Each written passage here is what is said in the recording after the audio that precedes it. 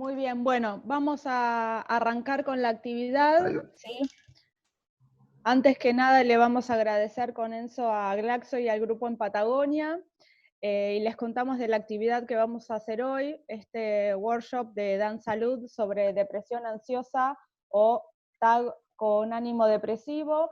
Yo primero voy a presentar una pequeña viñeta, un caso clínico, y luego el doctor Cascardo lo va a comentar desde la teoría, y por último vamos a dejar un espacio para preguntas en donde les pedimos a todos por favor que las envíen por escrito, ¿sí? En el chat que tienen a la derecha de preguntas, y mientras el doctor va desarrollando la teoría, yo las voy revisando, y cuando terminamos comentamos todas las preguntas o comentarios que ustedes tengan. Bien, Enzo, Sí. a ver, ¿te presento? ¿Querés? No, después me presentás. Ahora te Después te presento yo, me presento. toca a mí. Bueno, bueno. Bueno, ¿cómo están? Buen día a todos. Estoy viendo que algunos se quejan de que tienen los micrófonos silenciados.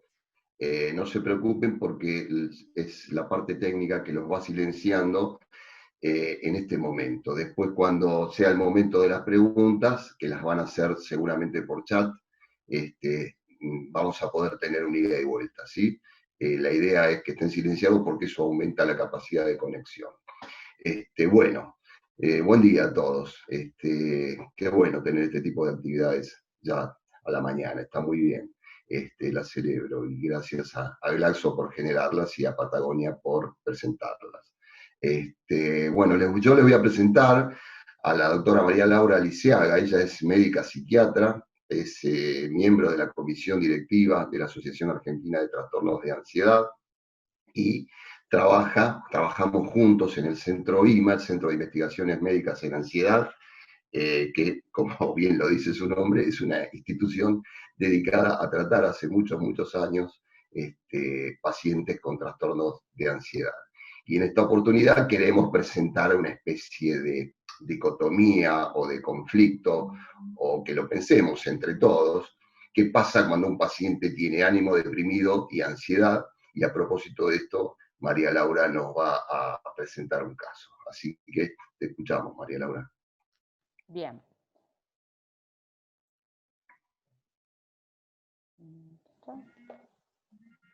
A ver si puedo. Esperen. Ahí va. Bien. Bueno, elegí un caso, un caso clínico que dé pie disparador a charlar tanto de ansiedad como depresión, y es un caso real de los de consultorio y no de teoría de los libros o de los papers. A ver, M es una mujer de 60 años, es psicopedagoga, vive con su marido, y su motivo de consulta fue: quiero continuar tratamiento por depresión e insomnio. Como antecedentes médicos presenta hipotiroidismo controlado, es tabaquista de entre 5 o 7 cigarrillos por día, además presenta cefalea y síntomas gastrointestinales inespecíficos. Tendencia, por decirlo de alguna manera, a la diarrea frente a situaciones de estrés, que cuando estaba frente a situaciones de ansiedad tenía menos apetito tendencia a ir al baño. Como antecedentes psiquiátricos, hacía 2 años estaba en tratamiento con fluoxetina 20 miligramos, nunca había tomado dosis mayores, y esto había sido indicado en su momento por su médica de cabecera, y era la que continuaba entregándole las recetas, pero sin algún control psiquiátrico específico. Además, tomaba alprazolam en promedio 4 miligramos. Esto lo aclaro, que es importante, que era demanda, entonces había momentos en que la paciente tomaba 4 miligramos por la noche para dormir, otros momentos en donde lo tomaba repartido durante el día, y lo combinaba con 2 comprimidos de melatonina, esto por su cuenta. Esto también desde hace 2 años, desde que inició el tratamiento con la fluoxetina, pero con el correr del tiempo fue requiriendo más dosis de alprazolam. Pero, como les mencionaba, había días que tomaba los 4 miligramos y había días en que si había trabajado mucho, había estado con los nietos, por ejemplo, no los tomaba. Así que ojo que eso ya nos da un poco la pauta de que cuando la paciente nos transmite algún síntoma de ansiedad, pueden llegar a confundirse con síntomas de abstinencia por pasar de una dosis de 4 miligramos a tomar 0 al otro día. En la primera entrevista me refiere que no presenta antecedentes familiares. Resumiendo los síntomas positivos que presentaba esta paciente, podemos mencionar el pensamiento negativo, como la llamaba ella, cansancio, falta de energía, falta de iniciativa, dificultad para relajarse, anedonia, falta de momentos de disfrute. Aquí es cuando además me dicen no tengo tiempo para disfrutar o para relajarme. Fallas en la concentración, trastornos del sueño, que por momentos era un insomnio mixto que le costaba conciliar si al otro día tenía que hacer algo, sueño interrumpido, pero lo que era característico era que incluso aunque durmiera, el sueño era no reparador. Disminución del apetito y, como les había mencionado, contracturas y cefalea. También en la primera entrevista, cuando voy indagando, empiezo a escuchar comentarios como nunca dejé de trabajar, pero yo no soy la misma, Laura, pero ¿cómo no me voy a preocupar? Mi hija es actriz, y yo siempre en la primera parte armo un árbol genealógico y pregunto por la familia, y me había comentado que tenía una hija que vivía con su marido. Esta hija, por la que ella se preocupaba, por ejemplo, que es actriz, vivía en una casa de la familia, tenía 2 trabajos, el marido también tenía trabajo. Entonces cuando me dice esa actriz, le digo, ¿pero qué pensás? ¿Que se va a quedar en la calle? ¿La vas a echar del departamento? No, bueno, viste, pero la inestabilidad de ese trabajo, y aclaro que esto no era en pandemia, esto fue hace 4 años. Ya voy viendo la tendencia de esta paciente a preocuparse por demás, e incluso por cuestiones que la propia hija no se preocupaba. Siempre estaba pendiente de ayudar, y si justo le pasó algo, y en todo este contexto aprovecho y le administro las escalas de depresión de Beck y la GAD de 7 ítems, que es una escala específica para ansiedad generalizada. La escala de depresión me brinda un resultado aproximadamente de 22 puntos, que sería una depresión moderada. Y la escala de GAD me da 14 puntos, que es un puntaje positivo para trastorno de ansiedad generalizada. Por supuesto que esto es un complemento para el diagnóstico, ya que el diagnóstico es clínico, pero me servía para que la paciente vaya viendo y se empiece a familiar con algunos síntomas o algunas cuestiones que ella no traía como motivo de consulta, ya que para ella era depresión, pero empiezan a aparecer cuestiones de ansiedad, sentirse ansioso, tener irritabilidad, no poder relajarse, entre otros. Entonces, empiezo a pensar el cuadro como un posible trastorno de ansiedad generalizada y un trastorno depresivo mayor que podía o no ser reactivo al cuadro de ansiedad. Roto entonces la fluoxetina que ella ya venía tomando por paroxetina, sobre todo porque la paroxetina tiene como características que puede aumentar el apetito, mejorar el sueño, y además un detalle no menor es que la paciente ya venía con una concepción negativa de la fluoxetina, porque podría haber estado la posibilidad de subir una dosis porque estaba tomando solo 20 miligramos, pero ya la paciente vino actitud como con la actitud de este tratamiento no funciona, no me ayudó, necesito cambiar, y eso es importante también tenerlo en cuenta. Es uno de los criterios que David Sackett dice a la hora de elegir un fármaco, que es importante, mientras el cuadro lo permite, considerar la preferencia del paciente. Entonces, indico rotar progresivamente por paroxetina e intento ir rotando el alprazolam por el clonazepam, ya que tiene vida media más larga y que pueda respetar las dos tomas. También les sugiero iniciar una terapia cognitiva conductual. Bueno, a lo largo de las entrevistas, la paciente parecía que cada vez que venía a mi consultorio tenía como que justificarse en sus conductas, en sus preocupaciones y en lo que me iba a contar que había pasado. Sucedió la famosa llamada extorsiva a las 3 de la mañana que tienen a otra de las hijas secuestradas, pero justo de casualidad su hija estaba de viaje y habían hablado, estaba bien, el marido enseguida se dio cuenta y le dijo, cortá el teléfono, pero ella empezó a pensar, ¿y si alguna vez pasa? ¿Y si yo no atiendo el teléfono? ¿Y si yo no la puedo ayudar? Se enfermó su nieta que requirió una intervención quirúrgica leve, no era algo preocupante, pero ella sí lo vivió de esa manera, ella lo vivía peor que sus hijas. Siempre me comentaba cuestiones del trabajo, de la economía de sus hijas, los controles médicos de su marido, que eran controles médicos acordes a la edad, un control urológico por una hipertrofia prostática, no estábamos hablando de una enfermedad maligna confirmada.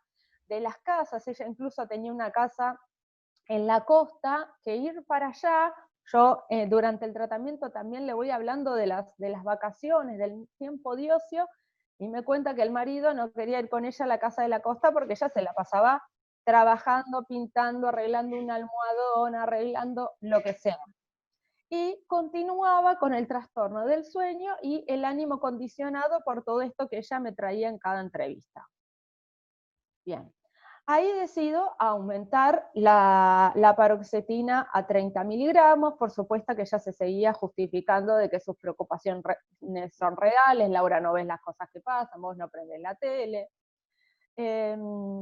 Y fue difícil a lo largo del tiempo, pero se pudo pasar solamente a que tome clonazepam, pero le costó.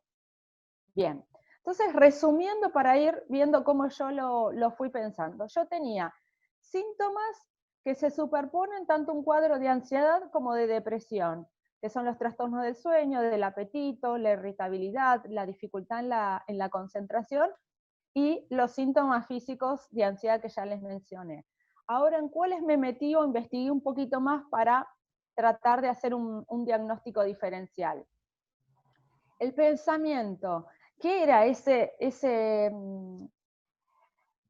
el contenido del pensamiento? ¿Qué era esa frase, la cabeza no me para? Era rumiación del depresivo, orientado hacia el pasado, orientado hacia la culpa, era preocupación excesiva por una amplia gama de temáticas cotidianas, o era la taquipsiquia de un paciente maníaco, un paciente mixto, el famoso acelera del ritmo del pensamiento.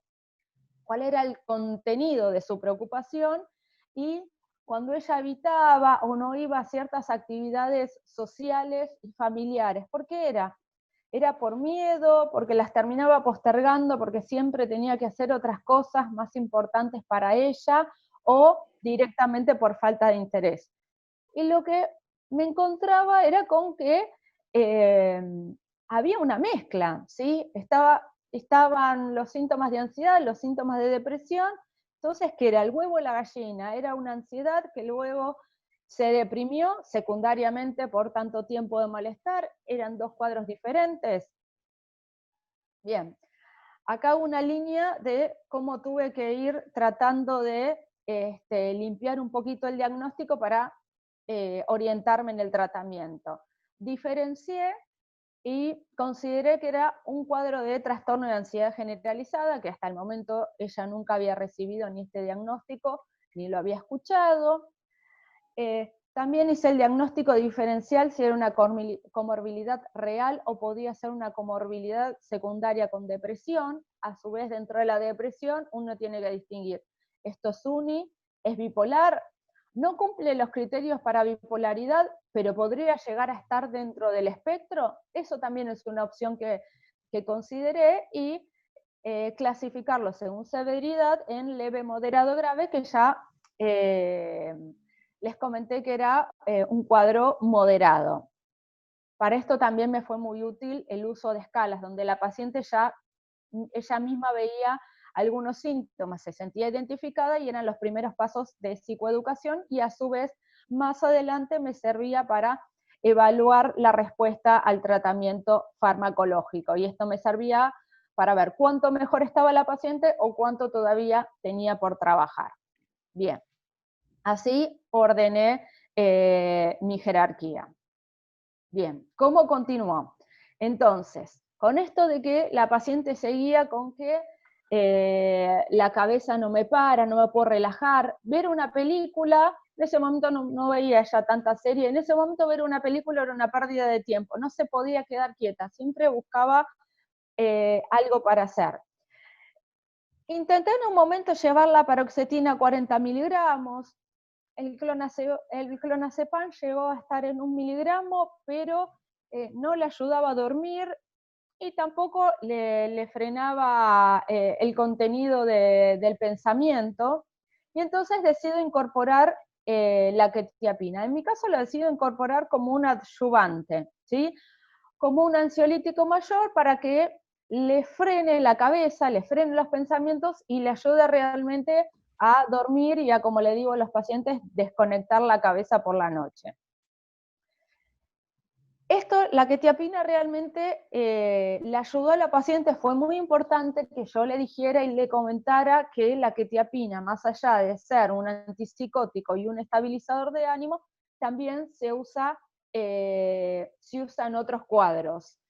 En otros cuadros de ansiedad resistente al tratamiento, que puede ser no la primera línea, pero que se usa a lo largo del tratamiento, que le va a ayudar y que en caso de que no le sirva, ella lo puede, porque tenía mucho miedo, ella la puede suspender. Le expliqué que no era psicótica, por supuesto, porque seguramente era probable que escuchara que alguna persona lo había tomado o que se lo habían indicado por otro diagnóstico, y también siempre les remarco la diferencia entre las dosis. No es lo mismo tomar 25, 12,5 que 400. Y la paciente iba mejorando, pero no lográbamos la remisión completa, la reducción del 100% de los síntomas. Bien, entonces también tuve que volver a revisar los antecedentes personales para ver si en algún momento no había tenido alguna otra sintomatología u otro episodio, aunque no haya consultado o sido diagnosticada. Repasé los antecedentes familiares, ahí me entero que a su mamá le habían intentado indicar paroxetina en un momento, pero ella no quiso tomar, y ella lo descubre cuando la madre va a la casa y ve la caja de la paroxetina en la cocina y le dice, a mí me habían querido dar esto, pero yo no lo tomé. Entonces, bueno, eso me prende la luz, y después también me entero que la psicóloga le había recomendado a una de sus hijas consultar con un psiquiatra, pero y lo había hecho la hija, pero como la madre se preocupaba por todo, no se lo comentó. Bueno, entonces esto también me fue ayudando, porque ya empezaban a aparecer antecedentes familiares, y también le remarqué a la paciente la importancia de que se hablen en familia de los antecedentes, ya sean psiquiátricos o médicos en general, porque ninguna le quería comentar a la otra. Bien, así que le recomendé a mi paciente que le contara a su hija qué fármacos le estaban ayudando a ella, porque le podía ser útil al otro psiquiatra. Bien, 4 años después, ¿cómo está la paciente? La paciente actualmente está con 20 miligramos de paroxetina, 0,5 miligramos de clonazepam, repartidos durante el día, 0,25 a la mañana, 0,25 que lo toma temprano con la cena, y 12,5 de quetiapina a la hora de acostarse, para conciliar el sueño. Entonces, actualmente la paciente está estable anímicamente, el TAC puse controlado porque no remitió al 100%, sigue siendo una paciente con un trastorno de ansiedad generalizada, pero que pudo mejorar ampliamente su calidad de vida. Para resumir, y qué es lo que yo fui teniendo en cuenta, y qué fue lo que fui pensando a lo largo de este caso y por qué lo traje, y esto va a dar pie a lo que hable el doctor Cascardo. que uno tiene que muchas veces tener en cuenta otros diagnósticos para poder buscarlos, la importancia de evaluar la posibilidad de estar frente a una comorbilidad o a un diagnóstico diferencial. Después, tener en cuenta que no todas las depresiones se expresan de la misma manera, por eso la importancia de considerar y tener en mente una depresión ansiosa. Cuando los tratamientos de la primera línea van fallando, revisar el diagnóstico y adecuar el tratamiento, ya sea el farmacológico como el psicoterapéutico, y era importante que yo tuviera contacto con la psicóloga tratante. Pues pensar o remarcar que si nosotros tratamos adecuadamente un paciente con ansiedad generalizada, podemos prevenir una depresión secundaria, o si ya la tiene la depresión, si mejoramos el cuadro de ansiedad, puede remitir secundariamente los dos cuadros, y no olvidarnos que el objetivo final tiene que ser la remisión de los dos cuadros, y si eso no se logra, es clave que nuestro objetivo sea al menos mejorarle lo máximo posible la calidad de vida del paciente. Bueno, hasta acá es el caso clínico, y ahora dejo de compartir, Enzo. Dale. Ya estamos. Qué raro todo esto siempre, ¿eh? Qué velocidad. Bueno, ahora Es sí raro. empiezo, ahora que yo dejé de hablar, empiezo a prestarle atención al chat. Les aviso para los que quieran ir escribiendo. Bueno, ¿cómo están? Bueno, muy buena la presentación, Lauri. No sé por qué por Zoom me decís doctor Cascardo y siempre me decís Encito. Bueno, Este, me sale así, a veces me sale de una manera, a veces me sale de otra. la verdad es que, bueno, nada, mi subjetividad es evidente cuando se trata de María Laura. La conozco desde que nació, la paseaba en el cochecito cuando era chiquita, y ahora que estemos trabajando juntos es siempre una alegría, pero más allá de eso, veo que sabe mucho de lo que habla y arma bien las cosas y bueno, y trata muy bien a los pacientes, así que a mí me da mucho gusto trabajar con María Laura. Bueno, por Bueno, algo estoy donde estoy, Encito, y ¿no? Por bueno, algo habrás influido en mi decisión de psiquiatra. Un y poquito, bueno, un poquito, sí. un poquito. Padre psiquiatra, tía psiquiatra, tío del corazón psiquiatra, así que bueno, nada, bueno.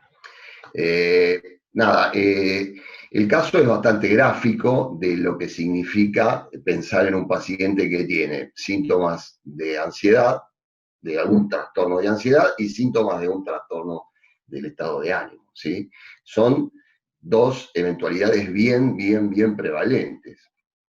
Ahí ustedes están viendo un gráfico con una estadística poblacional de una encuesta del National Comorbidity Survey, que es bastante viejita, pero que es muy piola porque es una muestra hecha en población sana, supuestamente sana, y lo que muestra es trastornos de ansiedad a lo largo de la vida, casi el 30%. ¿Sí? Un tercio de la población tuvo o va a tener un trastorno de ansiedad en algún momento de su vida. Y si ustedes miran ahí en el trastorno del estado de ánimo, los trastornos del estado de ánimo, 20%. ¿Sí?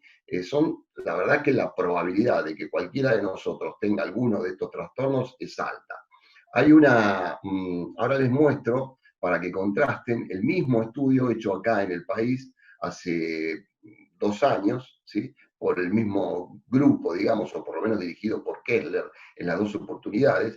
En nuestro medio, los trastornos de ansiedad a lo largo de la vida están en el 16% y los trastornos del estado de ánimo en general 12%. Así que son eventos muy probables en la vida de los individuos para que ustedes los puedan tener en cuenta, y seguramente esto se refleja en los consultorios de ustedes. Ahora, digamos, cuando un paciente tiene ansiedad y depresión, ¿no? Es una afectación del estado de ánimo, es una depresión del estado de ánimo en un paciente con un trastorno de ansiedad, es una ansiedad importante en un paciente que tiene un trastorno del estado de ánimo, o es las dos cosas? Bueno, cuando ustedes tengan un paciente con ansiedad intensa y ánimo deprimido, con importante afectación de la actividad global, ya sea en su trabajo o en su estudio o en sus relaciones interpersonales, tienen que pensar en algunas eventualidades que, digamos, que probablemente estén en juego ahí. ¿Será un trastorno adaptativo de los llamados mixtos, con ansiedad y con ánimo deprimido?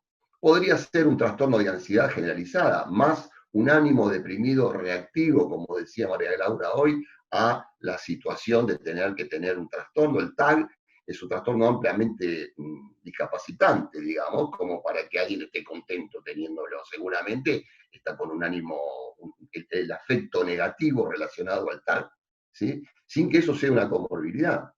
¿Será una verdadera comorbilidad TAG, trastorno depresivo mayor, que como vamos a ver no es algo infrecuente? Podría ser no una comorbilidad, sino un trastorno depresivo mayor subtipo ansioso. Podría ser la ansiedad de una depresión sin que sea una comorbilidad. Y por último, podría ser también una comorbilidad, trastorno de ansiedad generalizada en algún momento de la evolución de un trastorno bipolar, un episodio mixto, o un trastorno bipolar tipo 2. No es infrecuente que curse con un trastorno de ansiedad generalizada. Ahí están los criterios del DSM-5, del TAG, que básicamente son iguales a los del DSM-4, ¿sí? No cambió absolutamente nada. Son pacientes que tienen ansiedad excesiva, pero sobre todo tienen preocupación, ¿sí? Tienen preocupación excesiva sobre una amplia gama de acontecimientos que vienen durando más de 6 meses. El TAG, que es trastorno de ansiedad generalizada, en verdad se debiera llamar trastorno por preocupación excesiva generalizada, que muestra mejor las características de estos pacientes. Obviamente que la preocupación va a ser difícil de controlar y se asocia a 3 de los 6 síntomas físicos que están ahí.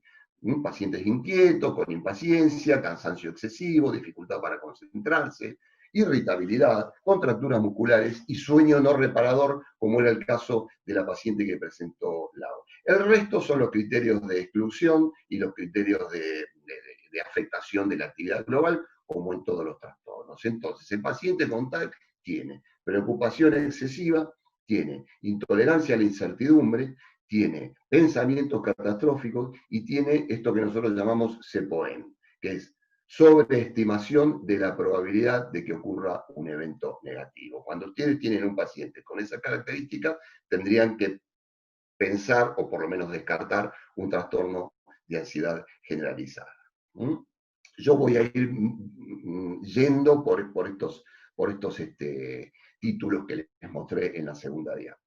Hay una alta comorbilidad TAG depresión y eso está demostrado en un montón de trabajos. Yo les traigo 3. Este de la derecha es un estudio poblacional con la misma población del National Comorbidity Survey, es la primera versión y muestra 62.4% de asociación entre el TAG y la depresión mayor. Nosotros hicimos un estudio clínico en el 2003, nos daba una asociación del 30%. Pero fíjense abajo de todo, comorbilidad total. Lo más probable es que el TAG, cuando ustedes ven un TAG, esté asociado a otro trastorno. La comorbilidad es más la regla que la excepción. Nosotros tenemos más del 80% y los americanos tienen el 90%. Pero esto es otro estudio más interesante, que es una corte, un estudio de 20 años, individuos que siguieron desde los 11 a los 32 años. A los que le diagnosticaron depresión, el 50% también tenían ansiedad. ¿Sí? ¿Qué quiere decir esto? Y no tenían una comorbilidad, probablemente. ¿Sí? Y dentro de los que el diagnóstico principal fue un TAG, no tenían afectación del estado de ánimo el 30%, el 70% de ellos tenían una afectación del estado de ánimo. Como dijo María Laura también, el TAG es el mejor pródromo de la depresión, es el trastorno que mejor predice la aparición de una depresión a lo largo de la vida. Y entonces esto lo tienen que tener en cuenta, porque cuando ustedes tengan un paciente con TAG, no solo van a tratar un paciente con TAG, sino que probablemente estén previniendo una depresión a lo largo de la vida. ¿sí? ¿Qué pasa con los trastornos de ansiedad y el trastorno bipolar? Bueno, esto es más reciente, es un estudio del 2019, y se ve hecho en pacientes con trastorno bipolar, y lo que se observa es una prevalencia de trastornos de ansiedad del 50% a lo largo de la vida, en pacientes que tienen un trastorno bipolar. Y este es un estudio grande, es sobre 103 artículos, no es poca cosa. Y si vemos la prevalencia anual, la prevalencia en 12 meses, la vieja tasa de incidencia es del 30%. O sea que también la probabilidad de que un paciente que tiene un trastorno bipolar tenga algún trastorno de ansiedad a lo largo de la vida es alta. Y de estos estudios, si consideramos solo los metaanálisis, que son los estudios más fuertes, los autores encontraron esas prevalencias. Fíjense, todas prevalencias altas a lo largo de la vida, tanto el pánico, TAG, trastorno de ansiedad social, TOC, agorafobia, todas prevalencias muy altas. Entonces, no es infrecuente que un paciente que tiene un TAG, ¿sí?, como un trastorno de ansiedad generalizada, tenga también un trastorno depresivo, ¿sí? Según el DSM-5, trastorno depresivo mayor es, tampoco me voy a detener tanto, es estado de ánimo deprimido, ¿sí?, anedonia, ¿sí?, como síntomas principales, y algunos de los otros síntomas que ustedes están viendo ahí. Pérdida o aumento de peso, trastornos del sueño, agitación o enlentecimiento psicomotor, cansancio excesivo, pensamientos de culpa, sentimientos de inutilidad, ¿sí? Otra vez hice una raya en la pantalla, chicos, bueno, discúlpenme. ¿Querés dejar de compartir y volver a compartir? Desaparece. A ver.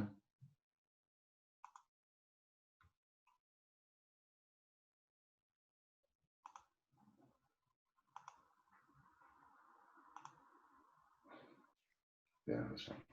Eso es porque apretó el mouse, seguramente. Perfecto. Sí, perdón. Bueno, entonces, retomamos. Decía que hay otros síntomas o criterios que son accesorios y que uno necesita juntar una determinada cantidad de criterios, pero con el ánimo deprimido y la anedonia para hacer el diagnóstico de trastorno depresivo mayor.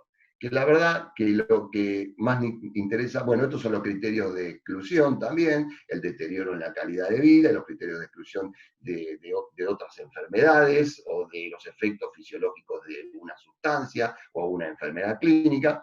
Y lo que me interesa son los especificadores del trastorno depresivo mayor. Y de los especificadores, que ustedes ven que son estos que están acá, el que más me interesa para hoy es considerar el subtipo ansioso, ¿sí? O sea, trastorno depresivo mayor con síntomas de ansiedad, que se llama así cuando el individuo tiene los criterios para el trastorno depresivo mayor y dos o más de los siguientes síntomas: sentimientos de tensión o excitación, sentimientos de inquietud, dificultad para concentrarse, miedo de que algo horrible suceda, sensación de que puede perder el control. Si yo le pusiera esos 5 criterios solos ahí, y bueno, ustedes podrían hacer un diagnóstico de trastorno de ansiedad generalizada, a lo mejor, ¿sí? Fíjense cómo se subsumen los criterios, ¿sí? Es importante después tener otras consideraciones. Es la naturaleza de la preocupación, la estructuración cognitiva de los pacientes para hacer un diagnóstico u otro, ¿sí? Hay que ir más allá del DSM. Bueno, después están las categorías de leve, moderada, moderada severa y de severa, ¿sí?, del trastorno depresivo mayor. A propósito de la ansiedad en la depresión, desde el estudio de Stardy, que fue un gran estudio que se hizo algunos años, se comenzó a conceptualizar bien el tema de la depresión ansiosa. Y se llamaba depresión ansiosa a pacientes con criterios, en ese tiempo del DSM-4-TR, de trastorno depresivo mayor, más un puntaje de 7 o más en la subescala de ansiedad-somatización de la Hamilton de depresión, que es la que tiene 17 ítems, no confundir con la Hamilton de ansiedad. Esta es la subescala de ansiedad-somatización dentro de la escala de depresión. Y lo que observaron en ese estudio es que más del 50% de los pacientes cumplían con estos criterios, y que estos pacientes, comparados con pacientes que no tenían ansiedad dentro de la depresión, tenían peores resultados en el tratamiento. Entonces, la conclusión es que La mitad de los pacientes con trastorno depresivo mayor tienen severos niveles de ansiedad clínica. Entonces, arrancó esto fuertemente el concepto de la depresión ansiosa. Digo, arrancó la idea de que no todo paciente con una depresión que tiene ansiedad tiene necesariamente un TAC. Está para eso la depresión ansiosa, que se asocia con síntomas depresivos más severos, mayor duración del episodio actual, mayor prevalencia de ideación suicida e historia de intento de suicidio, eso no lo vemos prácticamente en el TAC, más comorbilidades con trastornos médicos, esto sí lo vemos en el TAC, menos probabilidades de lograr una respuesta al tratamiento correcto, más eventos adversos durante el tratamiento antidepresivo, que también es correcto, ¿sí? Y por otra parte, los síntomas residuales de ansiedad se asocian, si después de un tratamiento quedan síntomas de ansiedad, se asocian con mayor riesgo de recaída en el trastorno depresivo mayor, ¿sí? Este es otro estudio que muestra la alta prevalencia del TAC y del trastorno depresivo mayor en atención primaria, no en nuestros consultorios de salud mental, sino que estos pacientes andan dando vuelta por todos los consultorios clínicos. Fíjense, estos son casi 18.000 casos, ¿sí? Fíjense, prevalencia total del TAC, 5.4%, prevalencia del trastorno depresivo mayor, 6% en un día. Este estudio duró un día. Se hizo un mapeo de un día, ¿sí? ¿Y qué pasaba con estos pacientes? Bueno, eran muy poco diagnosticados. Solo se hacía diagnóstico específico del TAC a un poquito más del 30%. El resto pasaba sin ningún tipo de diagnóstico. Algunos se hacía el diagnóstico de que había un trastorno mental, pero no se diagnosticaba como tal, siendo que el paciente tenía un TAC. Y también hay poco diagnóstico y hay poco tratamiento. Fíjense ustedes este cuadro, este es otro estudio, ¿sí? Sobre en la barra lo rojo es lo no tratado y lo celeste es lo tratado. No tengo que decir mucho más sobre cómo los pacientes que tienen, sobre todo ansiedad y depresión, son mucho más los no tratados que los tratados. Imagínense el costo en salud y el gasto en salud que genera esto. Y este es una tablita de un gráfico de cómo se afecta la calidad de vida. Cuanto la línea es más alta, mejor calidad de vida. Esta línea negra que ustedes ven arriba son los controles. La línea verde son los pacientes que tienen un trastorno depresivo mayor puro, sin comorbilidad. Y fíjense, porque lo traigo para esto nada más, es como la línea roja, la entera, que son los TAC, la punteada es el TAC puro, y la entera es TAC más trastorno depresivo mayor. ¿Qué quiero decir con esto? El trastorno de ansiedad generalizada, según este estudio y según lo que observamos nosotros, afecta tanto la calidad de vida como los trastornos depresivos, como el trastorno depresivo mayor, ¿sí? O más todavía. Bueno, a veces los pacientes que son muy TAC, ¿sí? Como están en los libros, y los pacientes que son muy trastorno depresivo mayor son fáciles de diagnosticar. Ahora, cuando tenemos un paciente como esta señora que presentó María Laura, ahí el diagnóstico es complejo, porque hay que hacer un diagnóstico de trastorno, si hay uno, si hay dos, y después ver la jerarquía diagnóstica, como decía María Laura. ¿Qué significa la jerarquía diagnóstica? Bueno, según algunos autores, la jerarquía diagnóstica, cuando hay un trastorno del estado de ánimo y cuando hay un trastorno de ansiedad, debería ser el trastorno de ánimo el trastorno principal. Nosotros consideramos el trastorno principal al trastorno que más afecta a la calidad de vida del paciente en el momento de la consulta, que no siempre tiene por qué coincidir con el motivo de consulta, porque es por ahí por donde vamos a empezar, sobre todo con los aspectos terapéuticos del tratamiento. ¿Sí? Entonces es interesante hacer algún diagnóstico diferencial o por lo menos hacer alguna consideración. Por ejemplo, miren esto. ¿Cuál es el motivo de consulta principal en los pacientes que tienen TAC? Los pacientes que tienen TAC como diagnóstico principal o como único diagnóstico que terminaron siendo un TAC, consultan más, por ejemplo, por ánimo deprimido que por ansiedad. Consultan muy pocos en realidad por ansiedad excesiva. Consultan más por alguna enfermedad somática, por algún tipo de dolor, por algún tipo de trastorno del sueño, y por ánimo deprimido más que por ansiedad. Van a ver primero a los clínicos, primero a los médicos de atención primaria. Son más prevalentes en la atención primaria que en nuestros consultorios. Y es interesante no sé si hay clínicos en esta charla, pero debiera de haberlos, porque es interesante que puedan detectar a estos pacientes, a lo mejor iniciar un tratamiento y después sí remitirnos. ¿Sí? El TAC y la depresión tienen muchos síntomas comunes y no por eso significa que haya una verdadera asociación. Cansancio, irritabilidad, trastorno del sueño, concentración dificultosa, algún grado de ansiedad, es decir, estado afectivo negativo y pesimismo pueden ser perfectamente atribuidos a un TAC o a una depresión o a los dos, como tenía esta paciente muchos de estos síntomas. ¿Sí? Algunas diferencias. Los pacientes del TAC tienen menor impacto comportamental que la depresión.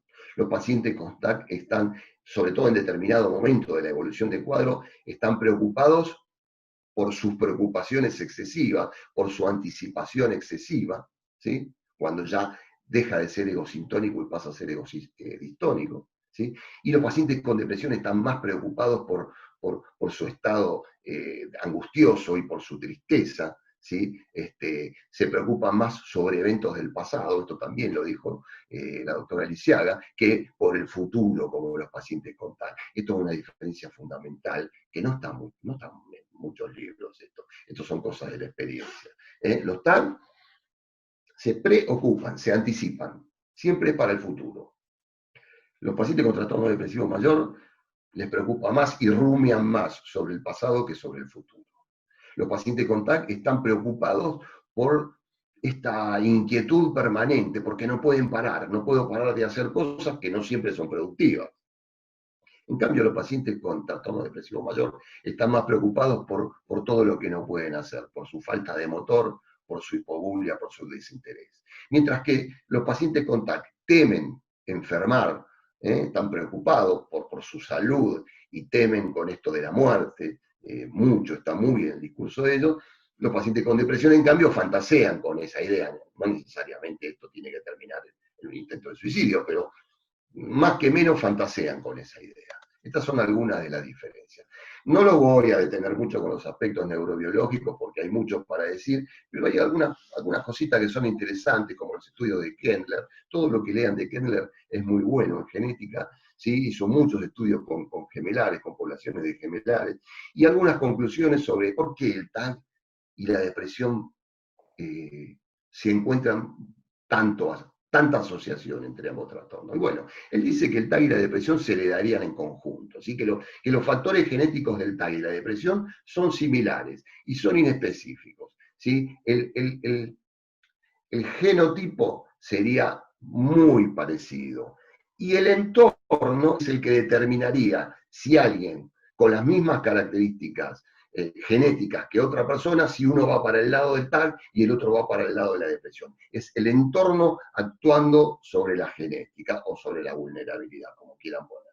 ¿Sí? Habitualmente la predisposición genética está muy fuertemente asociada con el neuroticismo, que es un factor genético compartido y que tiende a responder pobremente a las situaciones de demanda y a experimentar frecuentes e intensos episodios de estrés, de distrés y afecto negativo. Y a propósito de este último, recuerden siempre los estudios sobre los alelos del CERT, del recaptador de serotonina, cómo los portadores de alelo corto tienen más posibilidades de tener altos niveles de ansiedad, niveles anormales de ansiedad, adquirir respuestas condicionadas a estímulos atemorizantes y presentar trastornos afectivos. ¿Sí? Los portadores de alelo corto presentan mayor actividad neuronal amigdalina como respuesta a los estímulos atemorizantes.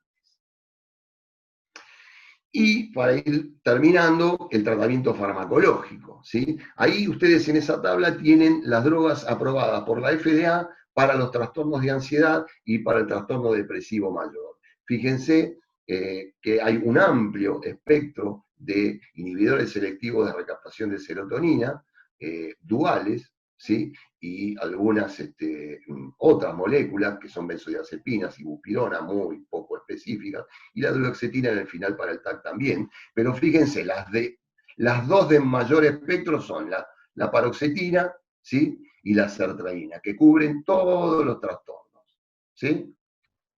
Sobre todo la paroxetina está aprobada por la FDA para todos los trastornos. Ahora para el TAC. Esta es otra tablita que la hice yo, ¿sí? Que lo que hace es comparar, ahí les muestro las drogas aprobadas según las guías de tratamiento, las drogas comparadas con las guías de tratamiento. Ustedes tienen acá, ¿sí? En la primera columna de los CIRS duales, ¿sí? Cuáles están aprobados por la Federación de Drogas y Alimentos de Estados Unidos, cuáles están aprobadas por EMEA, de la equivalente europea, y acá están las recomendadas, ¿sí? En la primera línea, porque tienen el máximo nivel de evidencia, que eso es para mi gusto lo que hay que ver. Y bueno, un tratamiento para el TAC no debería irse de estos fármacos que ustedes tienen acá. Y ahora un poquito de propaganda para nosotros, ¿sí? Esta es la guía del TAC, nuestra, de nuestro grupo, el Centro IMA, ¿sí? La actualización al 2019. La primera es del 2010, cuando nadie acá hablaba de guía y de tratamiento basado en evidencia. Bueno, nosotros ya teníamos una guía de tratamiento para el TAC, y esta es la última actualización que le traigo. Con el máximo nivel de evidencia, en el primer nivel de recomendación, es citalopram, paroxetina, sertralina, duloxetina, venlafaxina XR, ¿sí? Y pregabalina, ¿sí? Lo cual ustedes van a elegir de acuerdo al momento del paciente, ¿sí? A las circunstancias del paciente, a los aspectos clínicos del paciente. En nuestro caso, en nuestra pacientita de hoy, habían elegido fluoxetina. Fluoxetina, si bien está aprobada, ¿sí? Para muchos trastornos de ansiedad y para trastornos depresivos mayor, yo no elegiría fluoxetina para un paciente que tiene ansiedad excesiva. La fluoxetina es bastante activante, sobre todo en los primeros días del tratamiento, pero no sé por qué es la que más recetan los clínicos. Y con muy buen criterio, María Laura rotó de fluoxetina a paroxetina, ¿sí? El gold standard de la ansiedad, la molécula gold standard, es la paroxetina, ¿sí? Cualquier fármaco que ustedes quieran probar, lo tienen que probar contra placebo, y lo deberían probar contra paroxetina, ¿sí? Ya vieron cómo tiene un amplio espectro para los trastornos de ansiedad, igual que la sertralina. Entonces, cuando hay fracaso de los fármacos de primera línea, bueno, podemos empezar a probar con otras alternativas, como los nuevos multimodales, la gomelatina, la quetiapina, es muy interesante para utilizar, ¿sí? Y después están niveles de evidencia, digamos, menores, con niveles de recomendación menores también. En el TAC hay un capítulo de todos los trastornos que es la resistencia al tratamiento. ¿A qué llamamos resistencia al tratamiento? Bueno, cuando un paciente tiene 2 intentos de tratamiento con un fármaco de primera línea, con TCC, a las dosis adecuadas o a las dosis máximas toleradas por el paciente por un lapso superior a 12 semanas sin respuesta, ¿sí? Esta es una eventualidad que nosotros con los pacientes con TAC nos vemos. Hay distintos predictores de no respuesta: severidad del trastorno. Ahora, cuando un paciente no responde a 2 intentos, a 2 rondas de fármaco, esto es de clínica, ¿no? La verdad que es altamente probable que hayamos omitido una comorbilidad en un paciente con un trastorno de ansiedad generalizada. Y probablemente tenga que ver con algún trastorno de personalidad, pero sobre todo con un trastorno bipolar. Y un trastorno bipolar tipo 2 o un episodio mixto en un trastorno bipolar, porque los pacientes nos consultan, por lo menos nos consultan a nosotros, que hacemos trastorno de ansiedad, muchos pacientes con episodios mixtos, porque tienen mucha ansiedad, pensando que tienen un trastorno de ansiedad. Y a veces pensamos que tiene un TAC, y bueno, pero nunca dejen de pensar que pueden tener un episodio mixto, ¿sí? O un trastorno bipolar de tipo 2, ya que esté en una fase depresiva. Entonces, nosotros, cuando hay resistencia al tratamiento, cuando no hay respuesta, o cuando hay una respuesta parcial, solemos intentar potenciar la molécula principal con algún estabilizante, ¿sí? En este caso fue la quetiapina. Otra cosa que usamos mucho es la lamotrigina, que a mí me encanta en esa depresión del TAG, o, ¿por qué no?, en la comorbilidad, ¿sí? Fíjense este estudio, que también es del 2019, del trastorno bipolar y el trastorno de ansiedad. se los paso rápido. Farmacoterapia basada en la evidencia, estas son recomendaciones, ¿sí? Hay pocos estudios controlados con placebo de la comorbilidad tal trastorno bipolar, ¿sí? Los pocos que hay, ¿sí? Informan que hay en los pacientes con trastorno bipolar una reducción de los niveles de ansiedad cuando se trata el trastorno bipolar, ¿sí? O sea, yo trato el trastorno bipolar, bueno, una de las consecuencias que tiene tratar el trastorno bipolar, que cuando disminuyen los síntomas, también disminuyen los niveles de ansiedad. Entonces, el objetivo del tratamiento en la comorbilidad siempre es la estabilización anímica. Y acá recomiendan o quetiapina o olanzapina, ¿sí?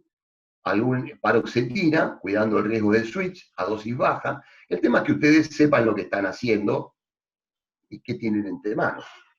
Siempre tengan la posibilidad que el paciente pueda switchar. Porque si ustedes, no es lo mismo dar una paroxetina en un paciente pensando que tiene un TAC sin comorbilidad, que pensando que a lo mejor eso era un episodio mixto. Entonces, ¿por qué? Porque empezamos lentamente, lo vamos viendo, lo vamos siguiendo al paciente. No hay que asustarse de este tipo de cosas. Y como anticonvulsivantes o estabilizantes, digamos, recomiendan valproato, lamotrigina, gabapentin, pero hay poca evidencia. Para nosotros, la depresión en un TAC va con la lamotrigina, ¿sí? Y esto es experiencia clínica, si quieren. Bueno, y después hace algunas consideraciones de la psicoterapia, ¿sí? Que la TCC puede ser efectiva para ayudar a la recuperación del trastorno bipolar más tal, pero que hay pocos ECA, estudios controlados contra el placebo. Yo le digo a ustedes TCC, que es lo que hacemos nosotros, ¿sí? Que está en la primera línea de recomendación para sumar al tratamiento farmacológico. Yo le digo a ustedes tratamiento integrado, en la primera línea, ambas. No sumar la terapia al tratamiento farmacológico, ambas. Y para ir terminando, sobre depresión y ansiedad, les dije antes que la mitad de los pacientes con trastorno depresivo mayor tienen también altos niveles de ansiedad clínica, ¿sí?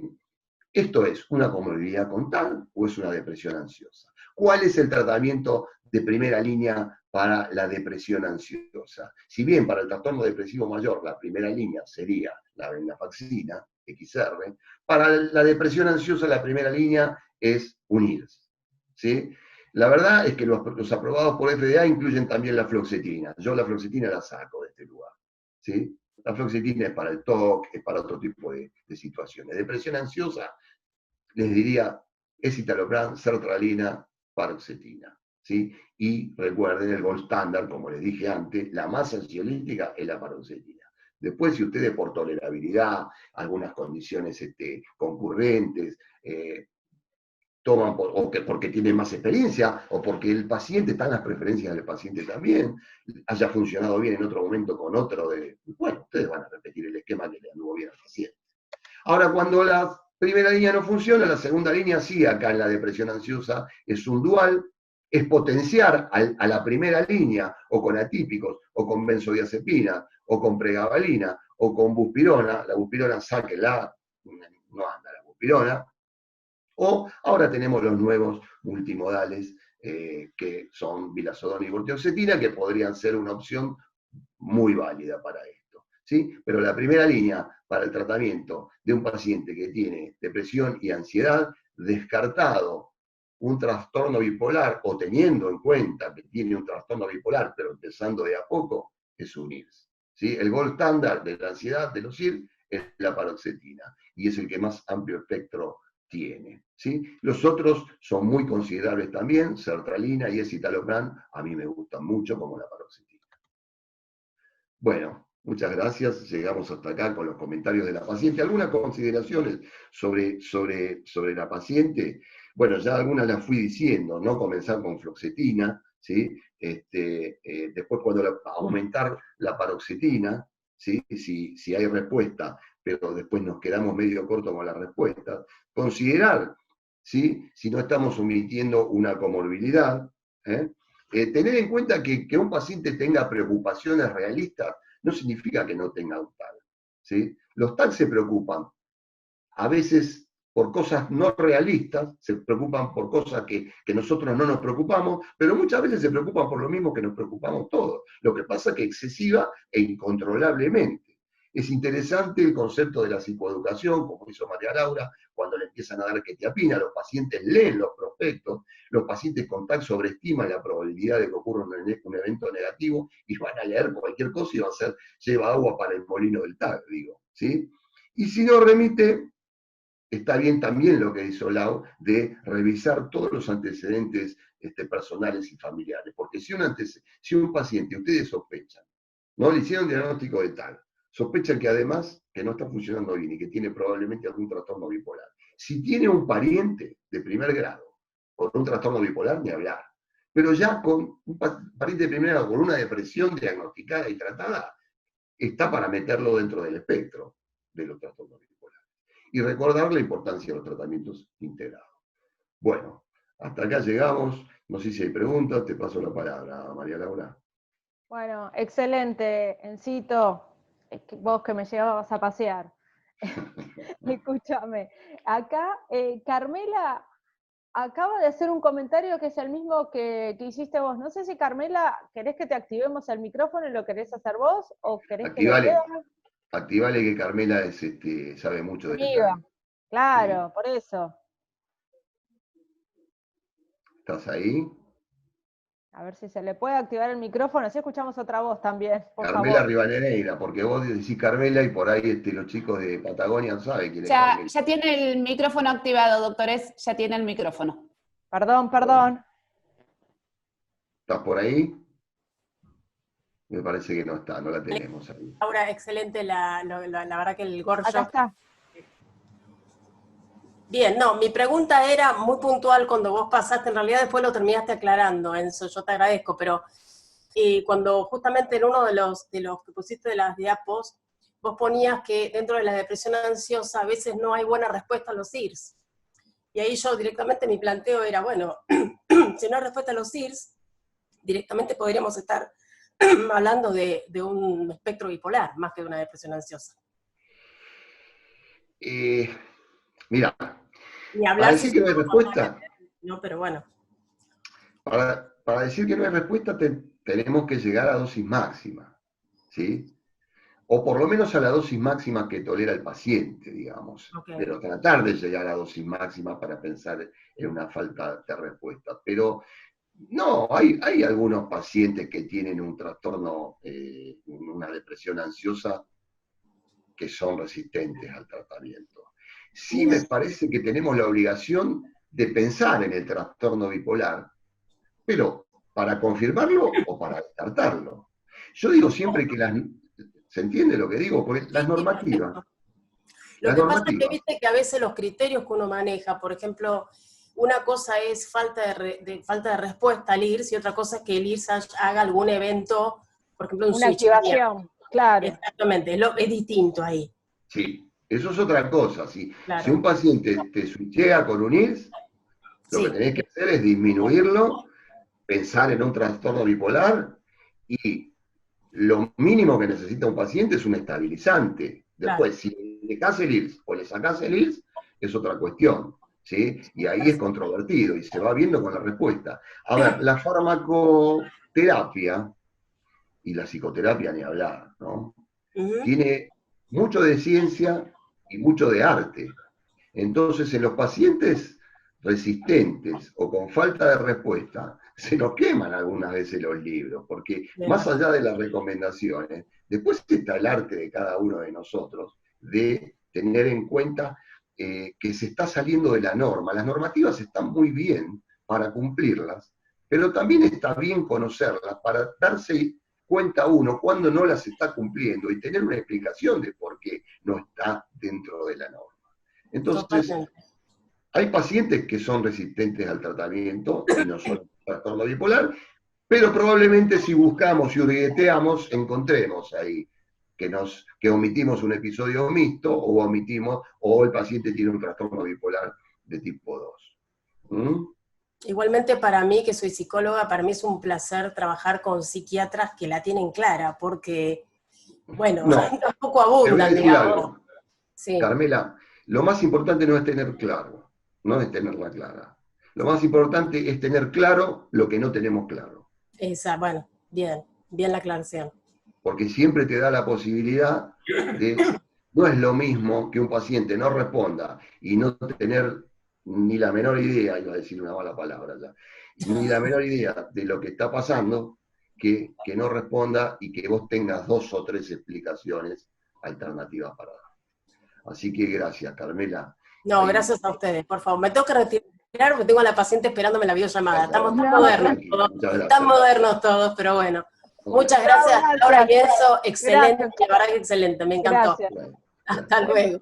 Enzo, yo claro que, por supuesto que consideré que podía estar dentro del espectro y yo tenía ahí plan B, la lamotrigina, la tenía, y la verdad es que la quetiapina, yo no estuve mucho tiempo con dosis altas de paroxetina, no sé qué pensás vos de eso, no es que yo llegué y dije, bueno, espero 6 u 8 semanas con paroxetina dosis altas y no, vi que podía ir por el que la podía llegar a ayudar y lo agregué como adyuvante y la verdad es que la paciente notó ese cambio y a veces incluso con el tratamiento farmacológico que hacemos y la respuesta nos hace pensar, así como un switch nos hace pensar en bipolaridad, que una dosis bajita la haya estabilizado, porque ella dice que la estabilizó de cierta manera, le bajó un poco la cabeza.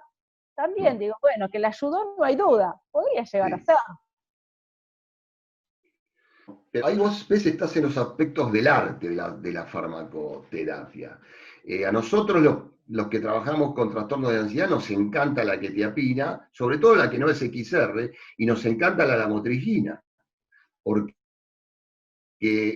Laura le llama coadyuvantes, por ahí ustedes lo conozcan como potenciador. Son potenciadores de los tratamientos de primera línea. Lo que dicen las normas es que uno debiera llegar a la dosis máxima para utilizar después un potenciador. Y es verdad. Pero a veces uno quiere conseguir, algunos de nosotros que tratamos tantos pacientes, queremos conseguir allanar algunos caminos, ¿sí? Como el que seguramente lo que pensó María Laura con esto es, bueno, le pongo un poquito de quetiapina, le voy a ayudar con el sueño, la quetiapina es muy ansiolítica, a baja dosis, ¿sí? Y de paso vemos qué pasa con esto, no estará en un espectro bipolar, y me parece piola el hecho de... Y tampoco se podía sacar la paroxetina porque la había ayudado, no era que yo tenía que cambiar, porque ella reconocía que le faltaba, no estaba el 100, pero le faltaba, bueno. A mí me parece que el primer acierto fue cambiar fluoxetina por paroxetina. El segundo acierto fue ir a 30 miligramos y llegar hasta 40. Y haberle puesto quetiapina también fue un acierto en este caso, en detrimento de las benzodiazepinas, que lo ideal es ir discontinuándolas. Y arrancó con una dosis alta de benzodiazepina esta paciente. Y lo que nos quedaba, que seguramente iba a ser lo que tenías ahí guardado, tu as en la manga, iba a ser la lamotrigina seguramente, si veíamos que la paciente no llegaba a la respuesta que vos querías que llegue. Y me parece muy Y pertinente. es que encima, bueno, los pacientes del consultorio no nos vienen con toda la información. A lo largo apareció la de la madre, después aparece que la hija no le cuenta y decía, si todo me lo hubieses contado al principio, por ahí ganamos tiempo. Por eso también uno tarda muchos meses. Una pregunta es con respecto al tiempo de tratamiento. ¿Qué pensás sobre discontinuar la medicación? Esta paciente lleva 4 años, por ejemplo. Bueno. Y las guías dicen otra cosa. Sí, yo cuando era más chico era bastante más apegado a todo las cuestiones de las guías, que lo sigo siendo, digo. Pero lo que voy viendo cada vez más es que los pacientes están largos periodos de tiempo con medicación, son trastornos crónicos, y que la verdad es que algún fármaco bien controlado y a una dosis adecuada, que no les esté generando ningún efecto en el funcionamiento o algún efecto clínico, previene recaídas. Yo cada vez soy más o menos más reticente a quitar la medicación rápidamente. Antes quería ya al año y medio que los pacientes no tuvieran que no tuvieran ya la medicación, bueno, no se apuren para sacar la medicación mientras al paciente lo puedan tener controlado. No se apuren. Las medicaciones no reemplazan a la terapia, ¿sí? Los pacientes hablan y los terapeutas hablan. Así que digo, bueno, yo ya no me meto dentro de los terapeutas, hago terapia, hago psicoeducación, pero trabajo siempre con psicólogos. Entonces, los fármacos no reemplazan a las palabras, pero hacen que las palabras tengan mejores resultados y impregnen más en la conducta de los pacientes los fármacos. Sí, bueno, en este caso la paciente tuvo que pasar de lo egosintónico a lo egodistónico, con mucha ayuda de la terapia, y ahora que la controlé en este contexto, una de las cosas que me dijo era, Laura, si yo no estuviera con medicación, no sabés cómo estaría en este momento.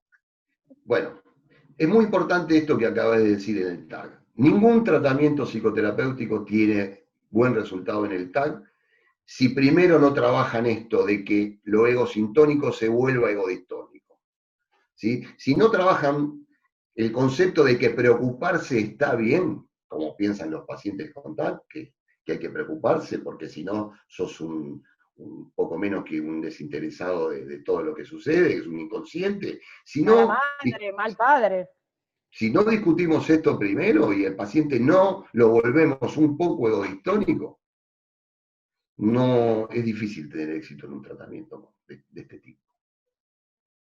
¿Mm? Bueno, ¿qué más? ¿Cómo estamos? Acá preguntan por los efectos adversos sexuales. Sí, sí, A ver, ahí se me trabó el chat. La pregunta era de Analía. sí. No sé, Analía, ¿querés activarte? Analía Uy, qué difícil. Urregabiscal. Sí. Hola, Bueno, buen hola. día. ¿Qué tal? Sí. Buen día, ¿cómo estás? Hola, Gracias. Analía. Ahora que te veo la cara es mucho más fácil que leer Sí, en sí, el ¿qué tal? chat. Bueno, muchas gracias, muchas gracias. Yo, bueno, saben que yo tengo, digamos, tengo muchos pacientes de sexología, entonces la preocupación de ellos es tremenda, ¿no? Porque en general se ven bastante afectados muchas veces. Sí. Y entonces quiero saber cómo lo manejan, digamos, en qué momento entra a jugar y es importante los efectos Sí. secundarios o todo Bueno, esto. mira, yo siempre digo que es una balanza y que es costo-beneficio.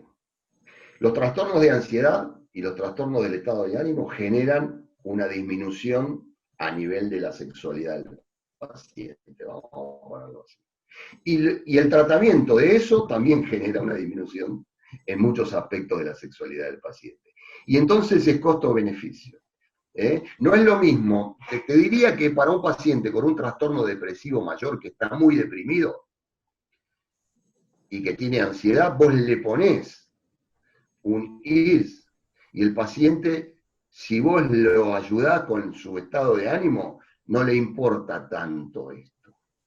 El asunto es con los pacientes con TAG y con los que Claro. son egosintónicos más todavía, porque ni siquiera vienen por motu propio, los trae la esposa o los llevan los amigos porque no lo aguantan más. Y ahí es más complejo el asunto, ¿sí? ¿Qué se puede hacer para los efectos a nivel sexual que los tienen los hijos? ¿Sí? A veces aparecen al principio del tratamiento y después hay que psicoeducarlos mucho. Nosotros intentamos, ginkgo biloba, intentamos en los pacientes que son flacos ciproestadina, que no solo aumenta el apetito por los alimentos, sino también aumenta el apetito sexual. Las vacaciones, los fines de semana, y la verdad que lo que tratamos de hacer es hablar mucho con los pacientes para que puedan tener la medicación y puedan minimizar esto de los efectos sexuales. Mira, bueno, el tema también, Analía, el tema también de haberle hecho la escala antes y por ahí tener en cuenta que antes ellos escribieron que no disfrutaban o que ya de por sí, por el trastorno, tenían pérdida de interés en lo sexual. Eso se evalúa en la Hamilton de ansiedad, por ejemplo, o en la de depresión de Beck se evalúa, y algunos ya venían con ese trastorno de antes, entonces si se sienten mejor, por más que haya un efecto adverso sexual, por ahí se les puede ayudar, se les puede motivar de otra manera, que más allá del efecto orgánico, que igual hay que hacer un buen diagnóstico diferencial, me parece, y preguntarle, no sé, si es hombre, si tiene la erección de la mañana, si no tiene, si se puede masturbar, bien distinguir si le pasa con la pareja o con la persona que tiene relaciones.